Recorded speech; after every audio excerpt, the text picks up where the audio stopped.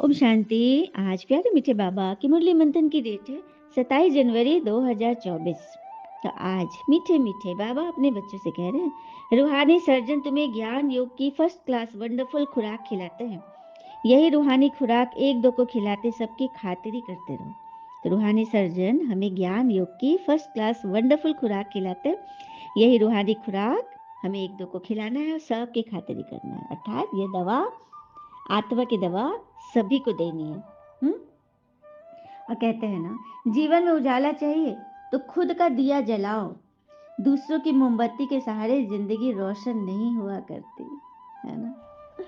खुद का दिया जलाओ। खुद का दिया जलाने के लिए ये जो फर्स्ट क्लास वंडरफुल खुराक दवा भगवान खिलाते हैं, वो खुद भी खाना है और औरों को भी खिलाना है। कहते हैं ना, थोड़ा भरोसा वक्त पर भी रखो, ये अच्छे से अच्छे चेहरे को भी बेनकाब कर देता है। जो कुछ भी नहीं समझ में आ रहा ना, कहीं पर मन फंस रहा है, तो उसे समय पर छोड़ दो। समय अपने आप, समय बहुत बलवान है और समय कभी किसी को नहीं छोड़ता। कोई आपके साथ कुछ ऐसा वैसा हो रहा है तो समय पर छोड़ दे। और भगवान ही तो समय है। प्रश्न: विश्व का राजभाग लेने के लिए कौन सी एक मेहनत करो, पक्की पक्की आदत डालो। तो ज्ञान के तीसरे नेत्र से अकाल तख्त नसीर आत्मा भाई को देखने की मेहनत करो। भाई भाई समझ सभी को ज्ञान दो। पहले खुद को आत्मा समझ, फिर भाइयों को समझाओ। यह आदत डालो तो विश्व का राजभाग मिल जाएगा। कौन सी आदत डालनी है? स्वयं को आत्मा समझो और सामने वाले को भी आत्मा समझो कि मैं भाई, अपने भाई से बात कर रही हूँ, कर रहा हूँ। ठीक है, ये आदत डालोगे ना तो राजभाग मिल जाएगा। इसी आदत से शरीर का भार निकल जाता, क्योंकि सभी अपने लगते हैं ना, सारे अपने हैं। और हमारा ये जो रूप है, ये किस लिए भगवान ने बनाया है, हम इससे क्या कर सकते हैं, हम कैसे रूप बसंत बनेंगे जब हम श्रृंगार करें या ना करें। हुँ? ये इस पे डिपेंड नहीं करता है। हमारा स्वरूप क्या है, हमारा चरित्र क्या है, ये बड़ी बात है। आइए एक प्रसंग सुन लेते हैं। एक बार गणेश जी ने भगवान शंकर जी से कहा, पिताजी, आप ये चिता भस्म लगाकर मुंडमाला धारण करके अच्छे नहीं लगते हैं। मेरी माता गौरी अपूर्व सुंदरी है, आप उनके सामने एकदम भयंकर रूप से दिखते हो। पिताजी, आप एक बार कृपा करके अपने सुंदर रूप से माता के सम्मुख आए ना, जिससे आप दोनों की जोड़ी मुझे बहुत अच्छी लगे। मतलब गणेश जी बाल मन से वो, सुलभ मन से वो ऐसे बोले अपने पिताजी को। तो श्री शंकर जी मुस्कुराए और गणेश जी की बात मान ली। कुछ समय के बाद शंकर जी स्नान करके लौटे तो उनके शरीर पर कोई भस्म नहीं थी। बिखरी जटाएं एकदम संवरी हुई, झाड़ी हुई थी और मुंडमाल भी उतरी हुई थी और मस्तक पे एकदम सुंदर सा तिलक था। सभी देवी देवता, यक्ष, गंधर्व, शिवगण उन्हें अपलक देख रहे थे। वो ऐसा रूप था कि मोहिनी अवतार भी फीका पड़ जाए, बहुत सुंदर लग रहे थे। भगवान श्री शंकर जी ने अपना यह रूप कभी प्रकट नहीं किया था, हमेशा तो वो घोड़ी जैसे रहते। शंकर जी का ऐसा अतुलनीय रूप कि करोड़ों कामदेव भी मलिन हो रहा था, मतलब इतने सुंदर दिव्य दिख रहे थे। गणेश जी अपने पिता की इस मनमोहक छवि को देखकर स्तब्ध रह गए। मस्तक झुकाकर बोले, मुझे क्षमा करें पिताजी, परंतु अब आप अपने पूर्ण रूप को धारण कर लीजिए।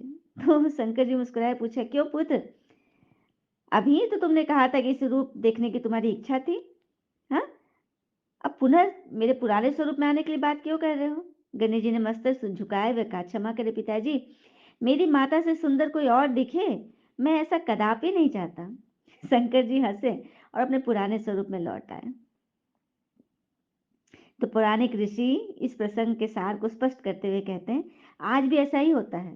पिता जो है ना, रुद्र रूप में रहता है, रफ टफ रहता है, क्योंकि उसके ऊपर परिवार की जिम्मेवारियां, परिवार के रक्षण, हाँ, उनके मान सम्मान का ख्याल रखना, तो उसको थोड़ा कठोर रहना पड़ता है। और माँ सौम्य में प्यार, लाड़, स्नेह, उनसे बात करके, प्यार देकर उस कठोरता का संतुलन बनाती है। इसीलिए वो सुंदर होती है। माँ का स्वरूप सुंदर होता है। पिता के ऊपर से जिम्मेवारियों का बोझ हट जाए तो वो भी बहुत सुंदर दिखेगा।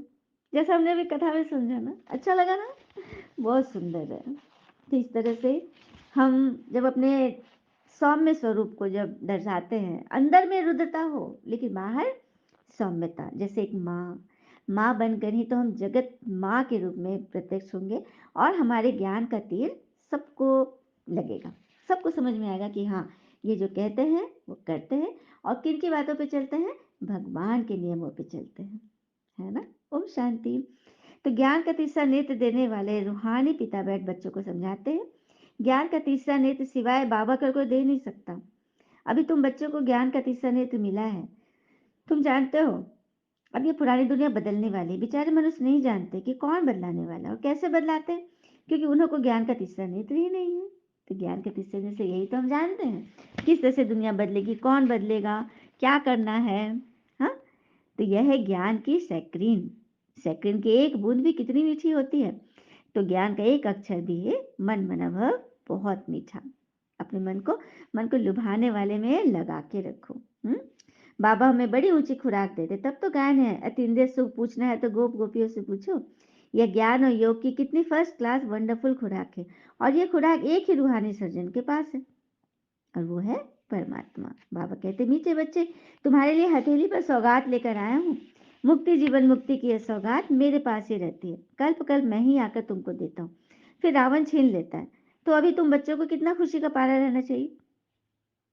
तुम जानते हो, हमारा एक ही पिता टीचर और सच्चा सच्चा सदगुरु है, जो हमको साथ ले जाते हैं। बाकी दुनिया तो त्राही त्राही कर रही है, और हम बच्चे उमंग उत्साह में जी रहे हैं।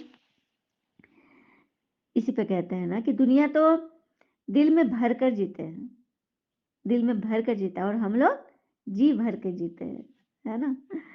बाबा तुम बच्चों को कितना सहज रास्ता बताते हैं। गृहस्थ व्यवहार में रहते कमल फूल समान रहो, धंधा दोरी आदि सब कुछ करो, लेकिन ईश्वर की याद से कर्म योगी बनकर करो, तो कर्मों में सफलता मिलती रहेगी, है ना।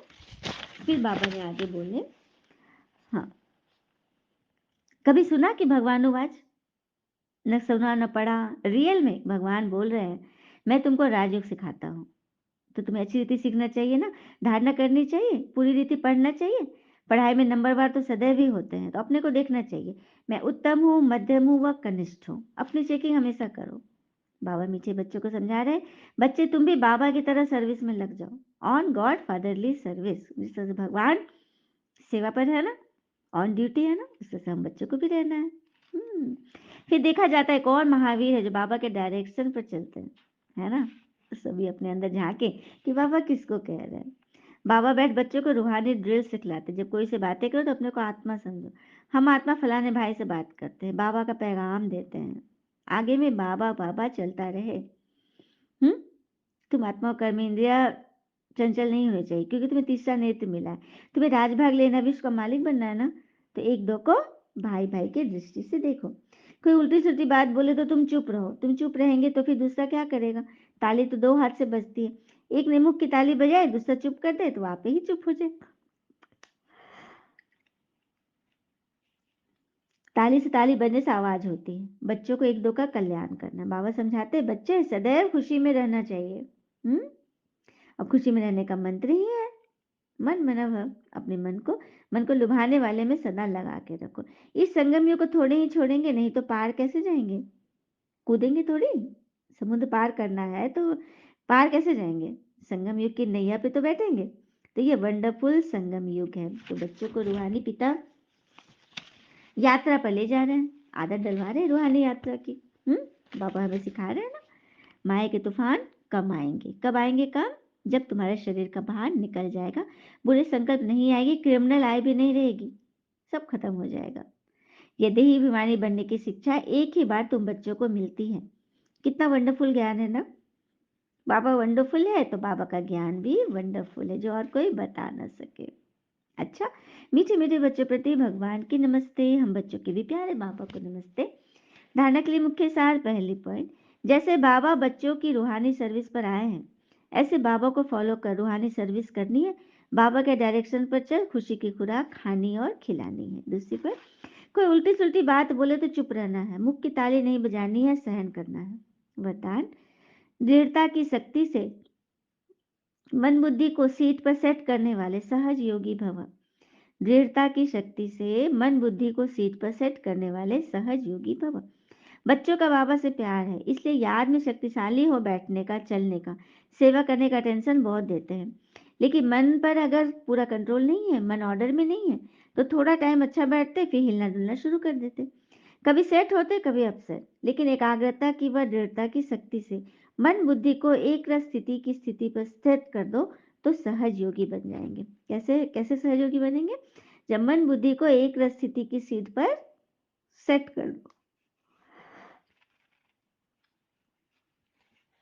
स्लोगन, जो भी शक्तियां हैं उन्हें समय पर यूज करो तो बहुत अच्छे अच्छे अनुभव होंगे। शक्तियां जो बाबा समय मिलती उन्हें समय पर यूज करना है, रखने के लिए नहीं मिली है, भूतर बनाने के लिए, है ना। तो उसे समय पर यूज कर तो अच्छे अच्छे अनुभव होंगे। अब व्यक्ति साइलेंस द्वारा डबल लाइफ फरिश्ता स्थिति का अनुभव की आज की पॉइंट है। अब हर एक ब्राह्मण ब्रह्मा पिता समान चैतन्य चित्र बने, लाइट और माइट हाउस की झांकी बने, संकल्प शक्ति का साइलेंस का भाषण तैयार कर कर्मातीत डबल लाइट फरिश्ता स्टेज पर वरदानी मुहूर्त का पाठ बजाए।